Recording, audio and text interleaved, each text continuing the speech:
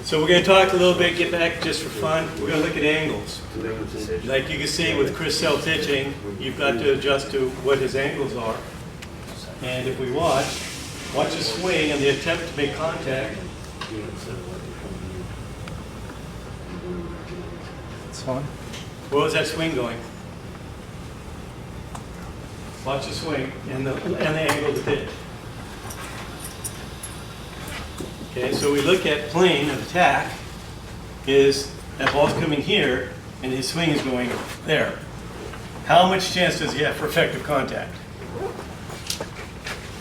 Little. I mean, I've just got to hope I get there or not. This is something I actually saw the other night, and I was lucky enough to send me the video because it was so obvious and visible from our vantage point that you realize. Now, what can we do to that hitter to help that out? Because one thing we never think about is angles. People talk about plane, but think about angles. The first thing we talk about is where's the release point? Where's the pitcher's release point? That's a key to me. Okay? Because a right hand on right hand, release point is inside. So I want to make sure my release point is inside and I got my vision on it. You're facing Scherzer, what should I do? Adjust my whole setup. I don't change my setup, I adjust in a line, right? And here's a question, any left-hand hitters here? How come you guys can't hit lefties? Because you don't set up right. Okay, think about it. It's tough enough, but a left-hander, how many times do you think that ball's coming in from behind you? Is your depth perception what it could be? No way. So then I realize, release point's behind you. Adjust your stance open. Put that release point in here. And that works not only for lefty, because now you've got the field of vision. When that ball comes down from the left-hander, it's coming this way. It's not straight on. It doesn't do a magic loop to come straight on. So you can see where this is where it's going. So why aren't I getting in line with that? Remember we talked about Luis Ortiz talking about the highway, and I call it railroad tracks. Same thing. I'm going to adjust to that release point. Now if I adjust to that release point, I see the ball better, and I can get a better swing off in that angle. So literally, I'm not changing my setup, I'm changing my position in the box. Side armor, change your position in the box. Now as left-hander, pitching against right-hander, has any righties ever felt like a lefty could throw a fastball under your hands? I felt that way, because he could. Look at the angle. It's not much different than the angle you saw left on left. So to correct that, what do? Now if you also look, it puts my head supported, balanced, both eyes on what? Release point. And that release point is bringing everything into this position, rather than me trying to adjust my head or body to see, which changes my setup and puts me in a compromised position to be able to hit in a line. So trying to play with that from a point of how you guys can see the ball, because I don't believe on the lefty-lefty just being some, weird coincidence life. I think it's just tough to see. And then if it's tough to see, can you get a good swing off? Yeah, so again, talking about angles. So we look a lot at, you can hear, like I said, setups are really important. So my setup has got to allow me to move in balance, get to good position, and from there I think the chance of me getting off good swing is really much better. But it's also predicated on me trying to also have the vision that if I'm not seeing the ball well, if I have to fight to see it, what's happening inside? Distraction, tension, whether I'm conscious or not, not seeing the ball is not a good thing. And when I have to strain to see the ball, I guarantee you I'm not loose and relaxed. So there's all these little pieces that may seem intangible, but we can put a lot together by being comfortable and knowing that I'm sighting in, I can get both eyes on the ball without a dogfight. And again, pitches are in here in my line rather than cross angles to my body. As you can see with that one, I don't know if that kid never had a shot to get to that pitch. That ball's coming here and his swing was going here, across plane. It was almost perpendicular. And then you kind of like, okay, so how do we fix that, right? So now the other thing is, we talked about being beat. Do you think he thought he was beat? Oh yeah, you're facing Chris Sale. That might be some of the filthiest stuff you see. But what's the body want to do anytime it panics? So one of the things we like to do is play games that the kids can do, or the players. One we do is called chaos. Okay, chaos is really simple. It starts with flips. And what we do a lot in flips here is I give a verbal go. For many years we were taught when a guy brings back his hand for a flip, that's when we go. I want you to go earlier than that, so we give a go and then. Because I want a hitter getting used to being on the way without actually seeing something, because we don't pick up the ball till later. So getting that idea of kind of controlling my move forward. So we have we call the verbal. We also do it when we're doing slider or velocity machine. Chaos is after a kid gets better. You get him set, now he closes his eyes. He's not allowed to open his eyes until he's going forward with the go. So he'll hear the go, and now it's on. And what that does, the first couple times you do that, you'd be surprised, panic, right? But then they start slowing it down, okay? Because we're freaking out, we can't see, and now we got to go do something. So suddenly, in a little bit, they get better at it.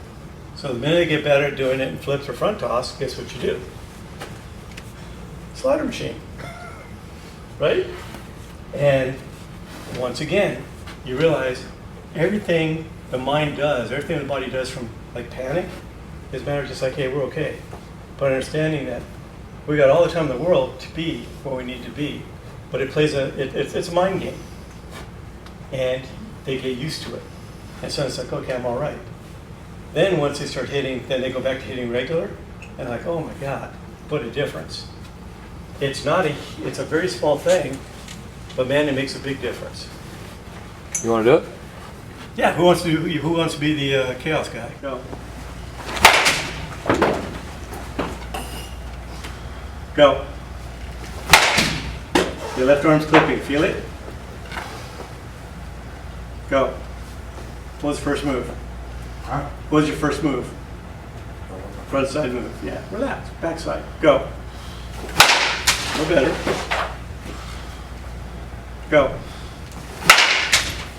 Okay, so now we're just going to tell you, you're going to shut your eyes, and you make your first move when you hear that magic word. Go. How weird did that feel? Not weird. Go.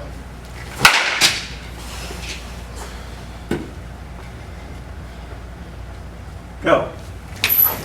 That was really weird, huh? So you can actually cheat the hitter because you can see that I blew him up. So do you see the first panic?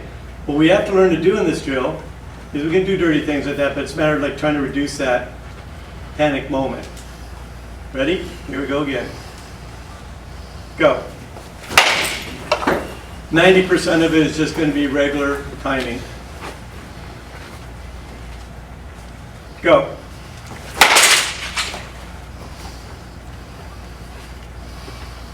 Go. Okay, regular, open eyes. You can open your eyes now, you're on regular. Go.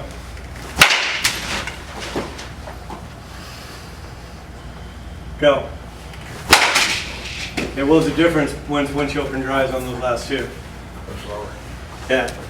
So then we'll get to a point maybe where the guys feel more comfortable and just trying to get your body and mind and eyes to work on kind of pulling the space together.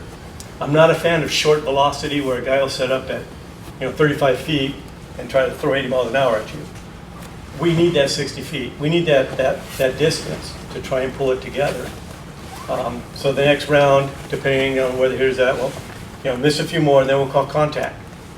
And contact can be miss, foul ball, clip, anything, foul tip. We're not really even worried about the result. When you're saying miss in that first round, are you saying miss intentionally? Miss, swing and miss. So swing and miss, not swing it's miss. okay to miss. It's okay to miss. I mean, you're just following your line. Oh, it's a good swing. Just trying to feel your cadence. How's everything feeling? Keeping that rhythm, Gotcha. but making sure you're not breaking down. Because the first thing you're trying to do is usually, if you miss the first ball, you're trying to do anything you can to hit the next ball. Answer to that on Apple Watch. She does that every time.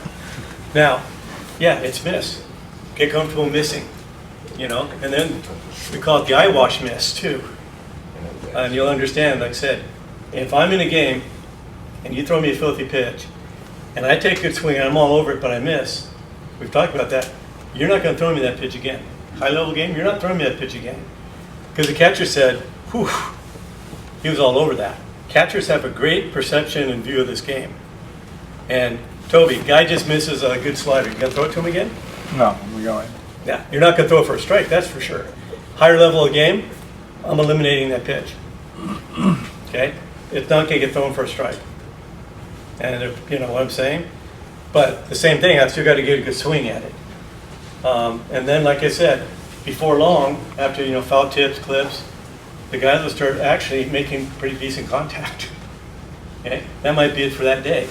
Because you've gone through. Go ahead. Doug, so you're inline, best swing, miss, and Yes. then the second round would be. Might depend on where they're at. Okay. So, I might have a full day of misses. Just Okay. to try to get them. Yeah, just to feel and maintain the rhythm and cadence and not breaking down and trying to direct control. Because maybe we do that, we're hitting a small zone. But invariably, very quickly, they do wind up in a there'll be times they're swinging and missing, and guess what they're doing? Oh, damn, I hit that ball, sorry. Right? Because now the thought is now getting off the swing, which is what we want. But traditionally what will happen in time is that before long they start hitting that ball, even at high velocity. We used to do another variation where we'd move back to the plate, where people were moved up. We'd start plate number 1. I'm not even in line with the pitch, and I'm just feeling the miss. And then 2, but what I started thinking about is I really want to generate that same vision. So even if I'm up 4 feet, that's a different visual dynamic than it is for me being, at 55 feet of release to plate. So I said, let's just keep it there. Let's just miss. But I want to demystify the miss too. But I want to see, for me, the idea we talked about a good miss is the hitter's body is going here. I really don't want to see hitters' bodies coming around the zone. I want more in that direction, more in that highway. Same thing with sliders. Jeff and I were talking about one of his players, and he missed 40 sliders, and we were throwing a plus slider. A Chris Sell slider, filthy. We saw it yesterday. Who was in here? Yeah, we saw it yesterday. It was filthy. But guys wind up, even a kid can wind up after you miss it. You're on it, suddenly you start seeing contact. And remember, man, I can hit that. Because there's times, the first time you look in that, you're just like, oh, there's no way.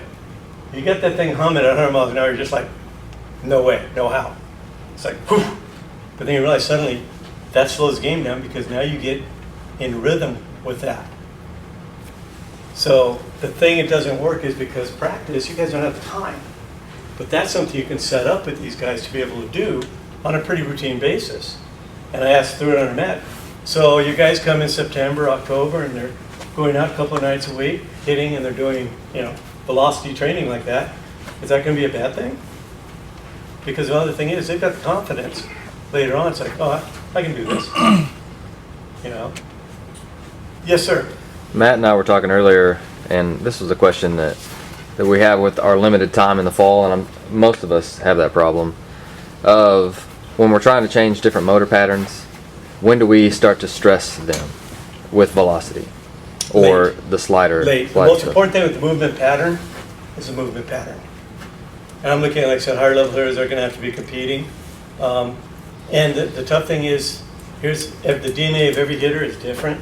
Changing movement pattern of hitter A and hitter B, 2 different dynamics. But that's what I look at. The first thing we start doing, I think in an ideal world, is get in there, work on balance.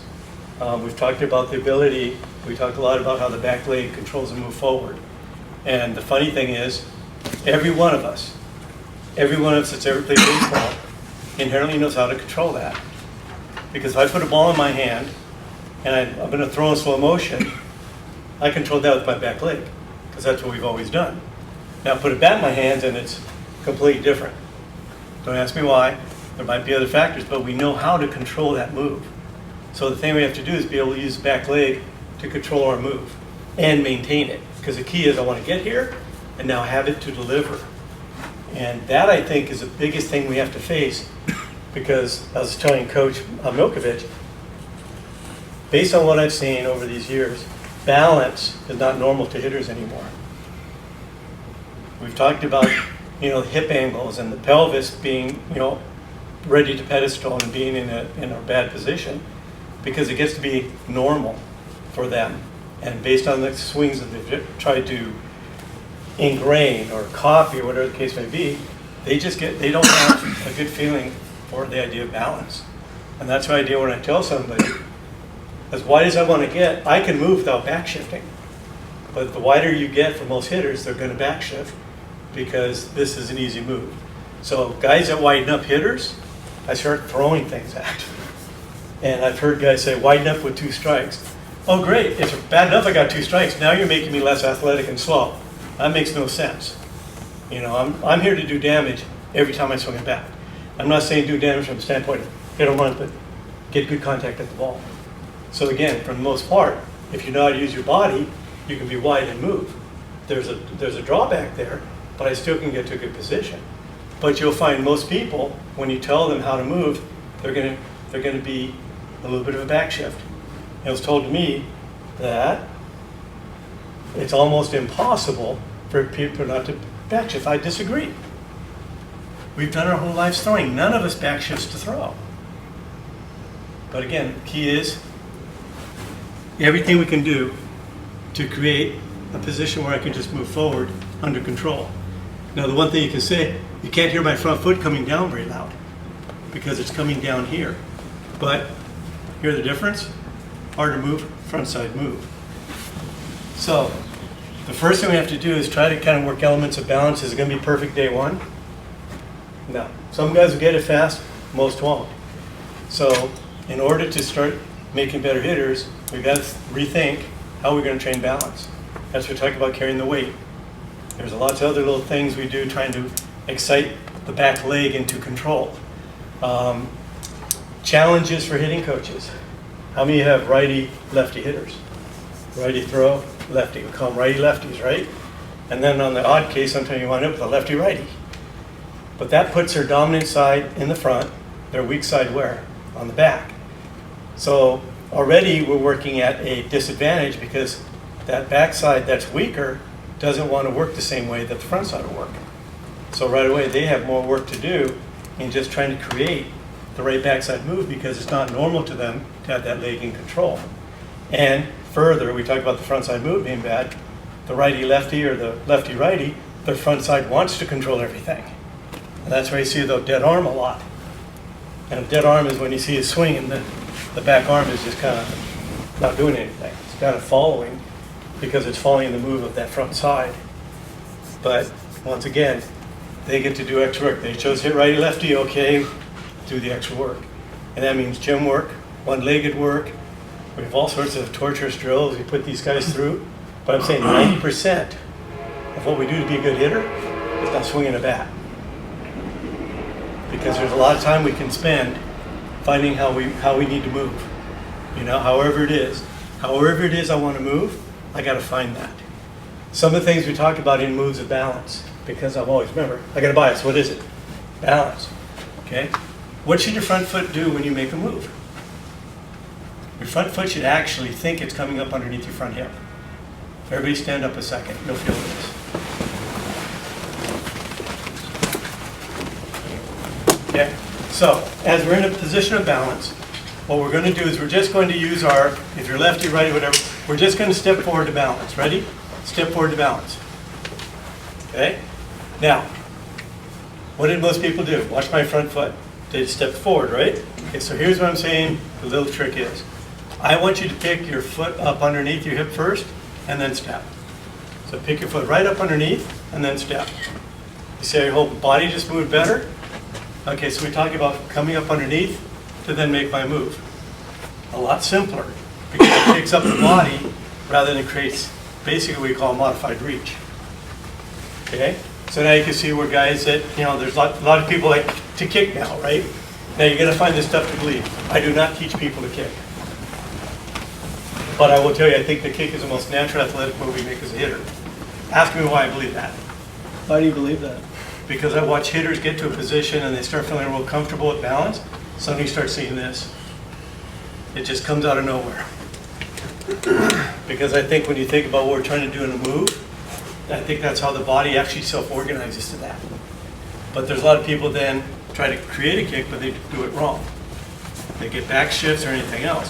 Or, remember we just talked about lift up underneath? Where am I going? So when you see that foot and that leg and that knee, the shin, away from balance, I can't survive that because I have to reach away from that. Oregon State's catcher. Freshman. Okay?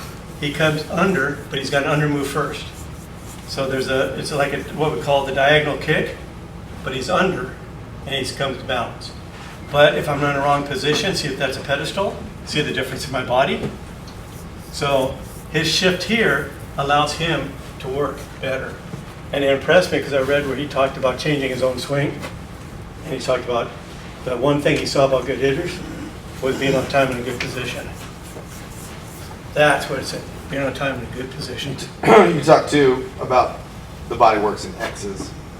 One of the things that I found accidentally a few years ago to get guys to that move of why the leg lift is so natural for guys. And I think it actually helps guys who are opposite-handed, so swing opposite their dominant throwing hand, is to tell them to try and go dunk.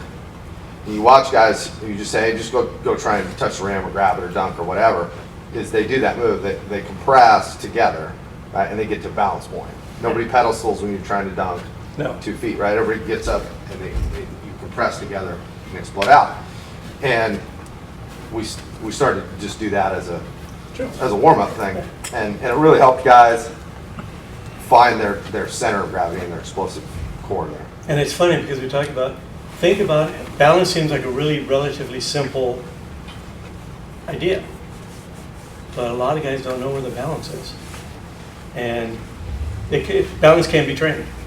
But in some cases, like I said, we have so many things that are built into us, hit, or even I've seen defensive treatments where guys get doing that. It's like, man, that's out of balance. And if I've got to reset my balance to make a play, then I'm all over the place. I've got to stay, my body has to be working in concert and together. But again, there's these things you find for each player. What's that thing that warms up his body and gets him in the right place? And it may not even, like so be swing, but get it going. The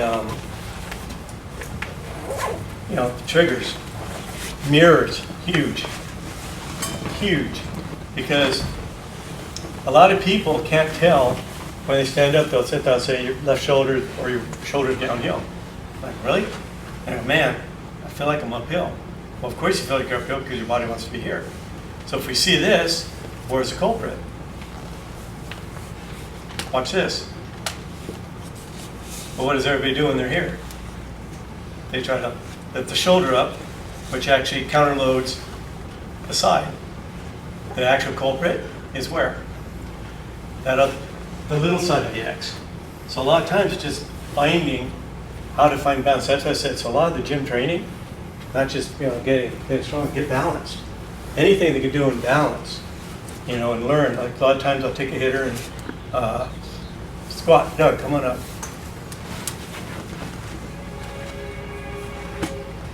Okay. So get in a semi-stance. Okay. Squat. Are you centered? A little bit went down. Okay. Come on back up and maintain the squat. So you try to do is try to find a guy and watch him carefully. Because a lot of guys, you say, okay, squat, right? Now squat down, you centered there. Right, and then you see this. See where I just went? So it's like, oh, got to maintain the squat. So sometimes you got to bring them up and think, okay, hold right there. And then I ask them, man, what's your body want to do? And they're like, Doug, man, my body wants to go back there. So you have to reteach balance. So then I'll make a move. Okay, make a move to 50-50. Squat again. Okay? Continually moves. Set up, baby squat up, over to 50-50, squat again. Just trying to get that patterning going. I want you guys to come up with even better ideas. Jumps, I like that. But we have to re-educate balance. It's not natural to hitters anymore. A lot of that is, like I said, I think it's been trained out of us. Particularly guys, anybody that's been a spinner, And clear the concept, a lot of people talk about linear versus rotation. If you ask me if it's linear rotation, I'm shutting you off. Because there's not two ways. And people will tell me, well, you don't teach rotation. But yes, I do. Like, what? You're linear. I said, no. There's only one movement for the body. I don't teach spin, though. So the difference is, this is spin. And if you see every bit of my body, if I do it with my shoulders, I do it with my hips, where am I going? Where are my planes of attack going? Wrong place. I got no coverage when I'm going here. What are my hands going to do? Are they free or are they locked? They're locked. Anytime I have a shoulder move, I have no freedom. Okay? And even the big ones we see now where kids are doing this kind of move, where people think, well, that's how you get under the ball. No, that's how you get out. Sorry. It's tough for me to really grasp what they're really trying to do, because I look at a game, I'm like, I don't know how they can think they're going to have success. Because, okay, let's say they time up a fastball. You think that's going to throw you anything but that? Good luck. Where are you going? Plus, the other thing is, where's my vision going? Okay? So we want to see, as I said, levels. Try to see as level as we can when we start. I really am not happy with this move, because you think this move actually predicated other moves as I'm switching that I'm really never in balance. But as balanced as I can to then fire underneath. And if I can, I want to think about what this whole segment here is doing. Because we talked earlier, the minute this happens, good things are going to come. Because when I bring hand, forearm, elbow together, I automatically pick up the backside. This backside is just built right in. If I miss as I spin, you see I miss my point, I'm here. So all I can do is manipulate, and I don't have a backside. I'm coming off my backside. I want that backside behind me. I want that backside working. So a lot of people talk about the elbow return. I'm all for an elbow return. But I watch with hitters, you've got to be careful how your terms work. You got 10 different guys, you're going to do 10 different. Some guys say, I want to get my elbow in. Good. Is that good? Good. But then there's another guy get the elbow in and suddenly it's here. See the difference? Not good. So then you show a guy, okay, get your hands in. Good. Right? Then you get a guy, get your hands in. Bad. So I kind of cheat and I try to use the form as a basis. Just if I can get this feel, if I get this, I'm probably pretty good. And that's where we talk about working underneath the front elbow. See where I'm at? Here. Because we were talking with Neil earlier about elbow position and watching what that does in front side contact, what it can mean. But if I'm under here, lots of good things are going to happen in my swing. That little move there can clean up a lot of path. But the problem being, what position I'm in dictates whether I can even do that. So I challenge anybody to spin, or try to get the hips out of the way, and watch this, it's done. And you'll see the elbow gets stuck here, and all you've got is a push. So I really want to kind of create that feeling of this easy dynamic, hand and elbow, whatever works for the hitter. I mean, sometimes we've got to come up with really creative nomenclature for that particular hitter, but the idea is you're going to see it and go, okay, whatever that was, keep doing it. You know? All right? Once again, we'll go back to our friend, the back heel, inside part of the back heel. Okay, we really want to feel the inside part of my back heel. Okay? Boom. Because most of us are inclined to do what? Particularly if I'm not in a good position of balance, lower half, I want to go to the balls of my feet. If I go to the balls of my feet, I'm running into the danger zone. All right, we're going to talk about APT in a second. If I go over here, I don't have legs. So what's the only thing I can accomplish now? I have to go with the upper body. If I go with the upper body, guess what it's going to be? Front side move. And I might run into some balls, but I don't have that key one we want, consistency. And if I don't have control of my posture, if I break posture, how much adjustability do I have? I don't. I can just go. You know, coaches, we've all seen slider. Uh-oh, right? Breaking ball, firewood. There's no way I can get off a good swing. So we talk about posture as an effect of how the hitter sets up from the feet to the hips and up. We recently put something out, we talked about the pelvis tuck. Anybody with martial arts? There's something called the horse position. And it's pretty simple. I just tuck underneath. That's a very strong position for my body to be in. Now when I tuck, I also then place my body in there, and now I carry a lot better because I'm in a good position. Most people get kind of like we call high glute, and I'm kind of unwieldy. See where I want to move?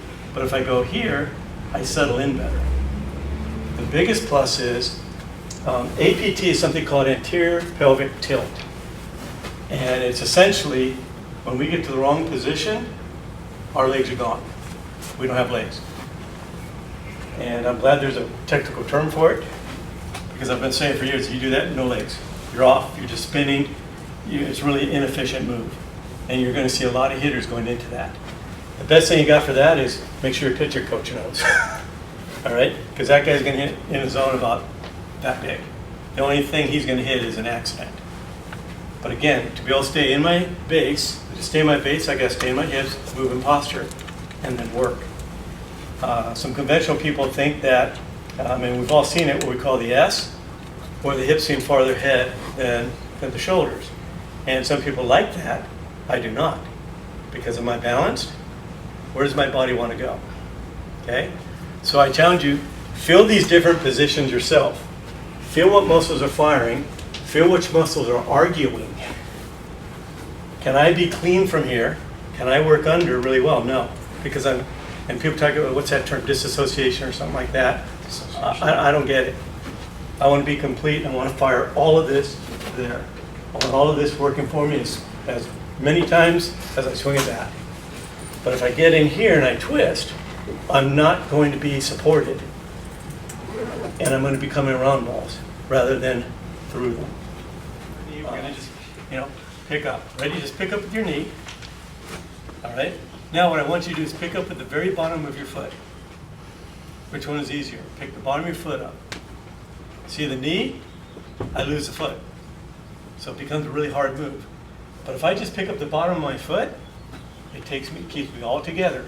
So that whole pickup idea is picking them up under, let it happen from the bottom of the foot.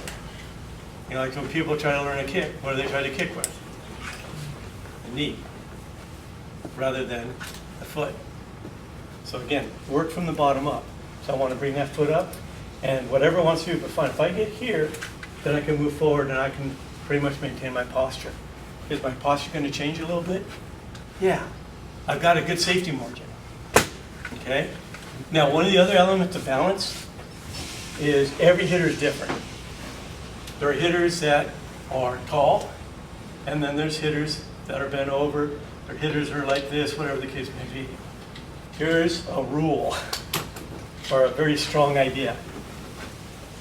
Shin angle equals spine angle. That's when your body wants to balance. So if my shins bend this much, and I bend my spine, suddenly I'm balanced again. Feel it. Match your shin angle to your spine angle. Feel the balance change?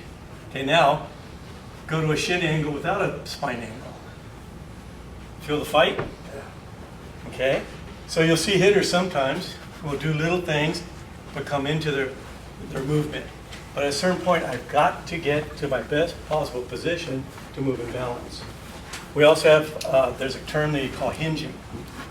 Not sure what I can say about that. There's a lot of weird terms out there that I don't understand. But a hitter can't make a move here because what's that going to cause? APT, anterior pelvic tilt, right? But a hitter can go into that same move here. See how I compress a little bit? But it's under control. And the most important thing is now we're going to then space. What do I have here now? Space. So all of our moves based on getting us to a good position and leaving space for what? A to B. Okay? We have a little bit of space behind us. And I've talked a lot about we don't need a lot of space behind us. Okay? And I've said before, we can do devastating damage from here. Devastating. And at big league level, we can do damage because we're ready at the top of the zone. The only move now is to get the backside through. And some guys say, well, look at Trout up here. And it's like, I don't even respond to that. That's it. I don't need as much space. And remember the old days, the big moves, the big loads, the big separations. Okay? What's that going to do now? Okay? What happens to balance the minute we make a big move? Nice catch back there. I saw that. Do you think big moves? Lots of movement going on. But where am I putting my body? What position is my body in now? Compromise. So from that point, once I'm in a compromised position, am I going to get off an effective swing, an efficient swing, or it's whatever I can come up with? So I look at big moves out of balance, cannot happen, and where's balance end?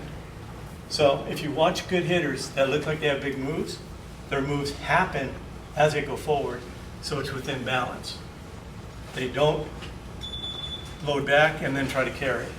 It's all a completely different move. So we always talk about maintaining everything within balance and being able to carry that. So as moving in balance, I also think about space. Okay, and here's my key space. A little bit of space here, but I want space here. Why? Because that's where I'm going to fire right through space. All I have to do is maintain that space, and I've got every pitch on the plate.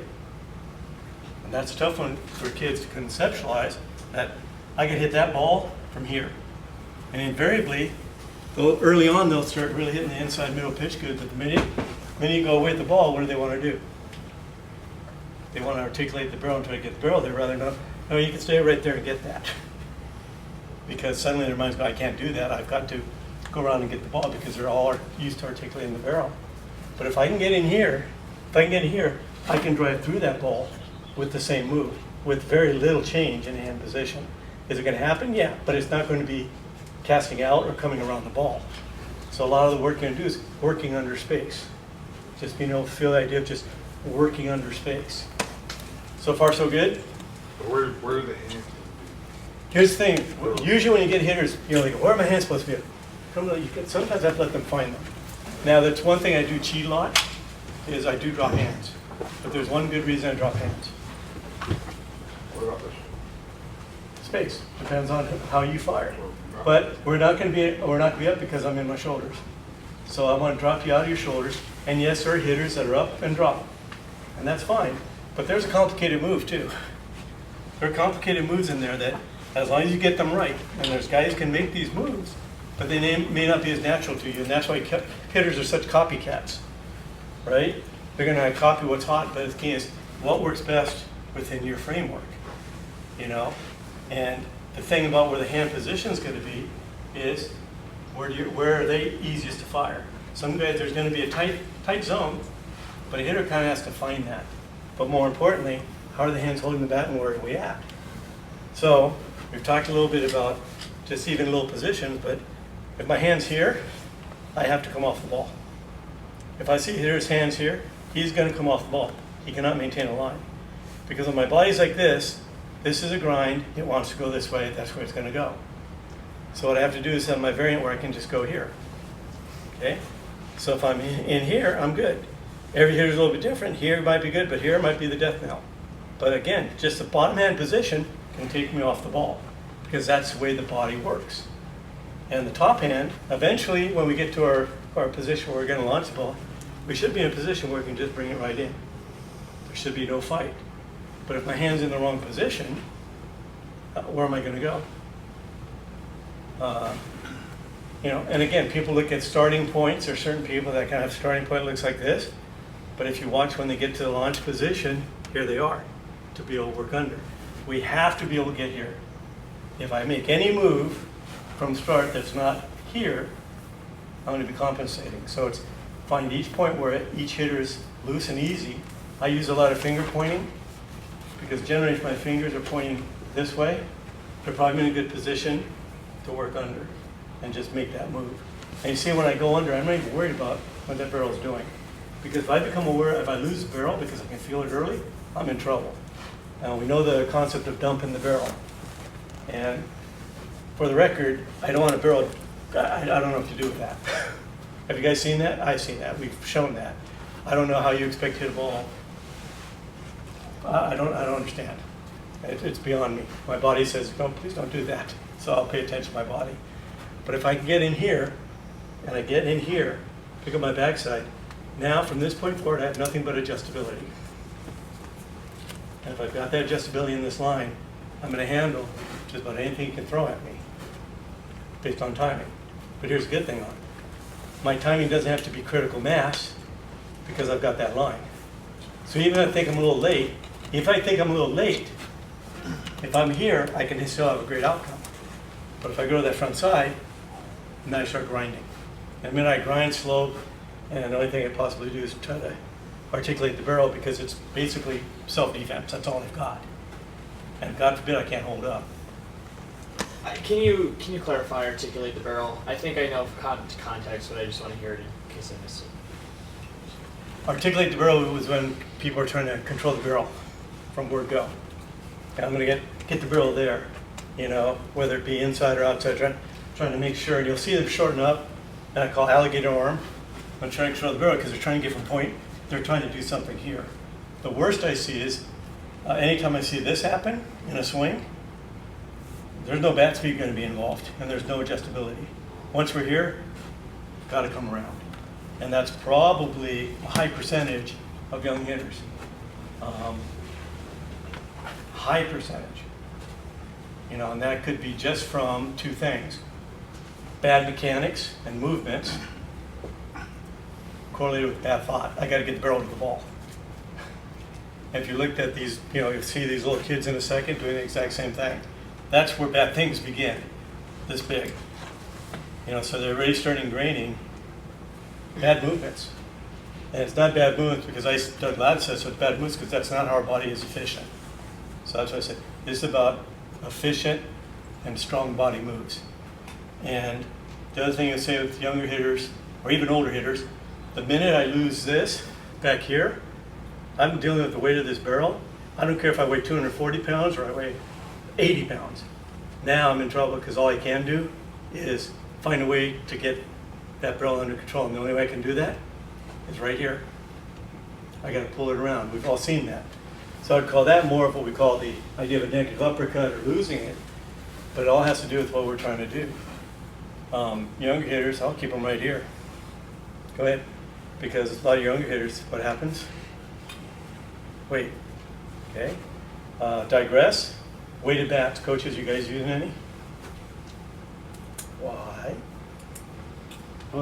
Found it to make it so, like with a heavy bat, you have to be on time, and with a heavy bat, you need to use your whole body, which takes a lot of the front side and a lot of the stuff out of the way. I would agree. I'd say, yeah. So not for like bat speed or anything, Yeah. like just to make it so it's tough. So you gotta. If you've got the right move. This was it. And it really exposes you if your moves are bad. Exactly. And that's why I see a lot of people just trying to train. And I think they all thought if I swing a heavy bat and I start swinging it, I'm going to get better because I take a lighter bat and I've been great in that. All you've got is upper body move. Because your body will recognize its weight and heartbeat and how are you going to control it. If you know how to use your legs, we'll do a little bit of heavy bat training. We'll put a weight on the bat. But that's got to be a hitter that knows how to use his legs to handle the weight. Because the minute they're down their legs and they're trying, it's going to be a complete. Right. The worst thing you can do is train an upper body swing. I found that it's a way that hitters can feel some things, and you don't even really have to tell them. And so we don't do it like all the time, but it stands out for a guy that's late and doesn't necessarily know he's late. It's like, hey, swing this, and he's got no shot. Or someone that isn't using their lower half, they're just. See, and movement's all based on balance and stability. And the minute I start feeling unstable, two things happen. I'm not going to get off a good swing. What's my brain start doing? It starts pulling the flag. We got a problem here. You know, me and my brain, we've been together a long time. And I can tell, like I said, I can tell, look, I'm going to put my head over, we're not going to fall over, and it doesn't believe me. It said, no, I don't believe you. It just fired all these muscles, right? So we talked about that earlier. There's certain things I don't have any control over, but I do have control of maintaining it. So ideal posture doesn't necessarily have to be stiff. Posture, as long as I fall into a couple of categories. If I got a shin angle, I'm going to have spine angle. I want to keep that heel down. I want that heel to control my move. I want to put that back side, create my move, and I want to have space. Even up here, I can have space. A lot of guys can start here, and come down, but they follow the same rules of thumb. Whether they, I doubt if they even were taught spine, shin, ankle, but their body said, this is where I want to work from. It all What starts if, what if there. you can't feel your heel? Where do you go? You just go up, go to the knee, go to the inside thigh. You got to feel the heel. Okay. That's the very basis. Because anything you start landing on top, it's like we talked about picking up the foot. When you felt the knee, you really disconnected from the foot. But you've got the foot, it's just a completely different feel. I know it's odd, that's the way it goes. But there's times we do play with foot placement, because a lot of times some guy works well from here, some people work really good from here. You know? And some guys might work better from here. There's no rhyme or reason. So if the hitting coach say, you know, try to open up a little bit, see how that works, you know, and if they say, oh yeah, man, I can control my move, all right, they can start there. You might find later they can come back here because they've learned to start it. Some guys go invert.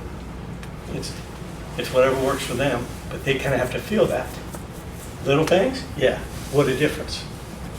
You know, the other trip you have for pelvis is, it's kind of one of those things that's more common. So what I'll have a guy do is, I'm just going to anticipate that most kids get in a setup and their back hip is off.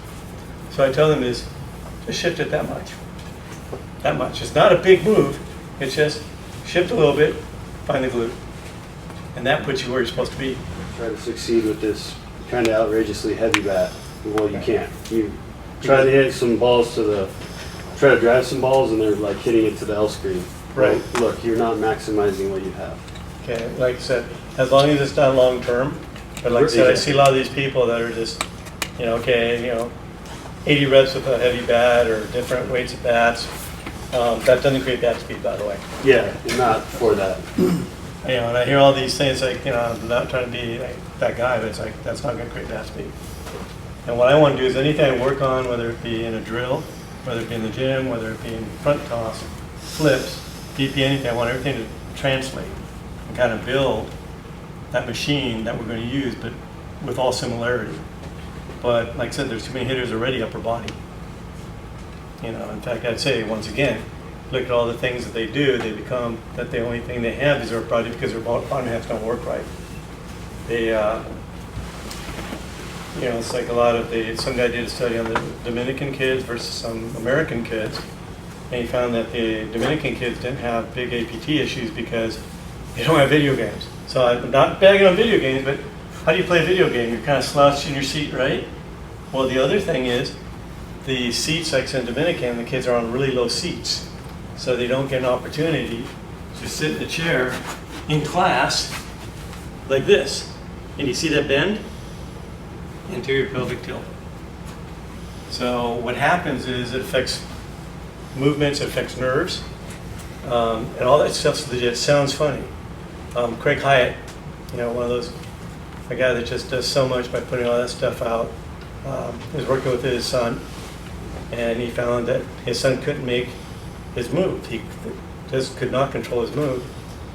And talked about it, and then he went to a chiropractor, and they talked about lumbar 4 and 5 and nerves, and they did some stretches and all. And he said, here's a kid who on day one could not control his move forward. Just could not do it. Could not even feel it. Did all these stretches and everything else, suddenly, oh, there it is. So a lot of it's how our body gets conditioned in the moves we make. And that's, like I said, what we talked about, all these little things, you know, where our hand positions are, and they sound really intricate, right? But as you start getting with hitters, and they start getting better, you're gonna see those little things. And you say, hey, tuck the bottom hand in a little bit. You know, get that better. And somebody say, oh wow, big difference. Where you at, Doug? Hitting yesterday. Had one little fix. Remember the little fix? My hips about that much. Yeah. Twist them about Yeah. half an inch. Can you show us? Yeah. Go ahead, you gotta show us where you're at.